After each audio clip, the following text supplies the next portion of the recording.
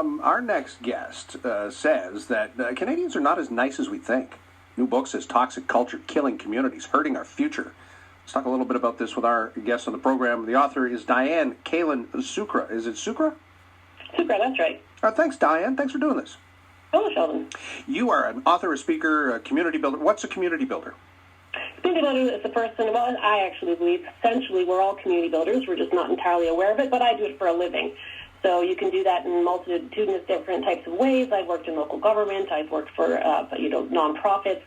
It's anyone who invests their lives committed to ensuring that communities are sustainable and strong and able to meet the needs of their people.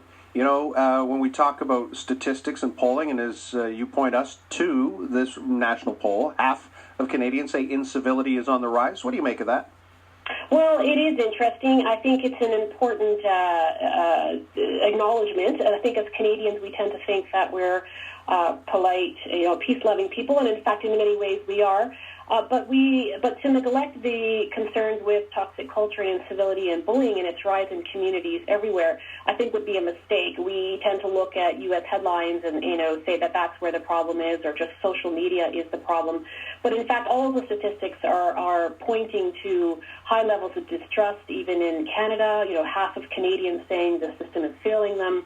We see in global reports Canada's democracy being rated at a B-, which is below most Western European nations. And half of Canadians also saying that our democracy is getting weaker. So these are things that I think we have to concern ourselves, particularly in a world where we see, the rise of populism and where democracies no longer are overthrown so much by military coup, but rather they sort of slide into an authoritarianism. And in Canada is one of the last 19 full democracies left in the world. So I think this is critically important. Every culture, every political and social economic system is undergirded by a culture, and democratic toxic culture is fundamentally anti-democratic. So this is why, in my book, I make the point that we've got to address it. What is culture risk?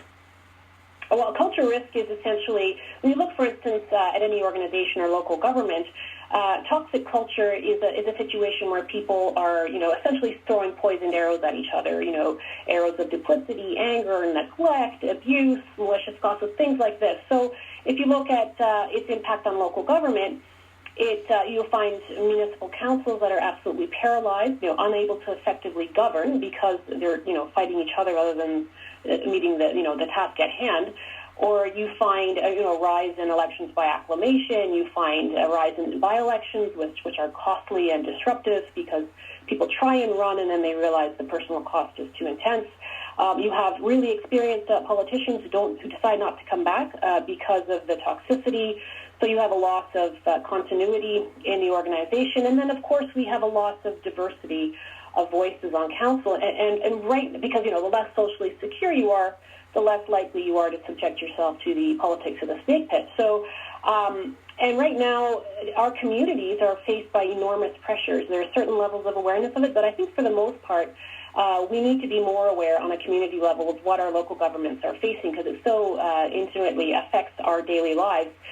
From the infrastructure deficit to the continual downloading of services, the very way in which our local governments are structured, there's a structural revenue problem. The taxation model was established in 1867 when local governments did very little, and in fact, there was a philanthropy and a service organizations and volunteer organizations that provided the recreation and the social services and social welfare.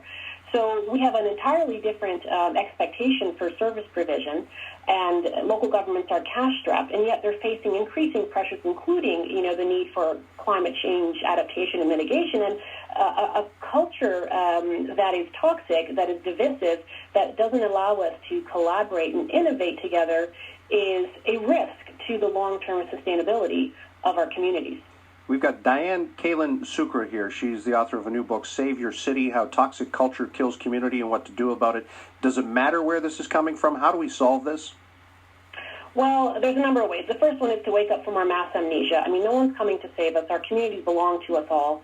And, we've got to move away from seeing each other as simply consumers and really understanding our role as citizens, to treating others as they wish to be treated, to foster as we wish to be treated, to foster the kind of ethos, the kind of values, and to resurrect civic education, which it's phenomenal that in a democratic society that we have essentially eliminated civics from the high schools. And it's not just about knowing your various levels of government and, that the importance of voting. It's also about developing the skills, the values, and the character in order to function in the public square in a way that's productive and expresses our commitment to the well-being of each other and our community. So the book points to a number of solutions, depending on where you are, whether it be, we all have a sphere of influence. Moms who are stay-at-home moms, their sphere of influence may be the home and their, extended friends and associates in the community. If you're a teacher, you have a very clear sphere of influence to affect the next generation.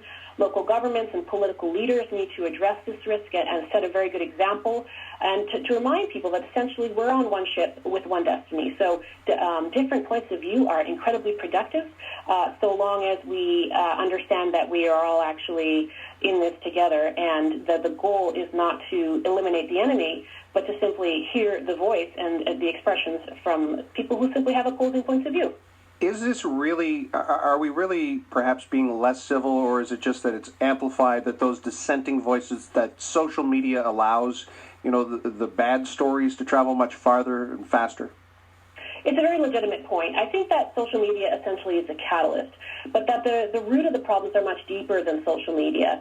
We have, the essential, I think, the breaking of the social contract. What we grew up expecting in terms of jobs, prosperity, and opportunity has been fundamental. There's been tectonic shifts in our economies, in our communities, and there's been very little effective, ways to address that. So, when we don't express a duty of care to our veterans or to, entire communities of people who have been displaced due to globalization and other social pressures, you're going to have a lot of confusion, a lot of anger, a lot of division, and the signs of this cultural poisoning are real. I mean, we have epidemic levels of anxiety and depression and social isolation and mental illness. I mean, it's incredible. By the age of 40, half of Canadians will have experienced mental illness. We have rising youth suicide. And the truth is, we are social animals. We've known that since the democratic revolution in Athens in 507 BC. We're built for connection. We're built for belonging. We need each other to move forward together. And we can use social media as a positive way to do that. But do we have to have a revolution before we see change?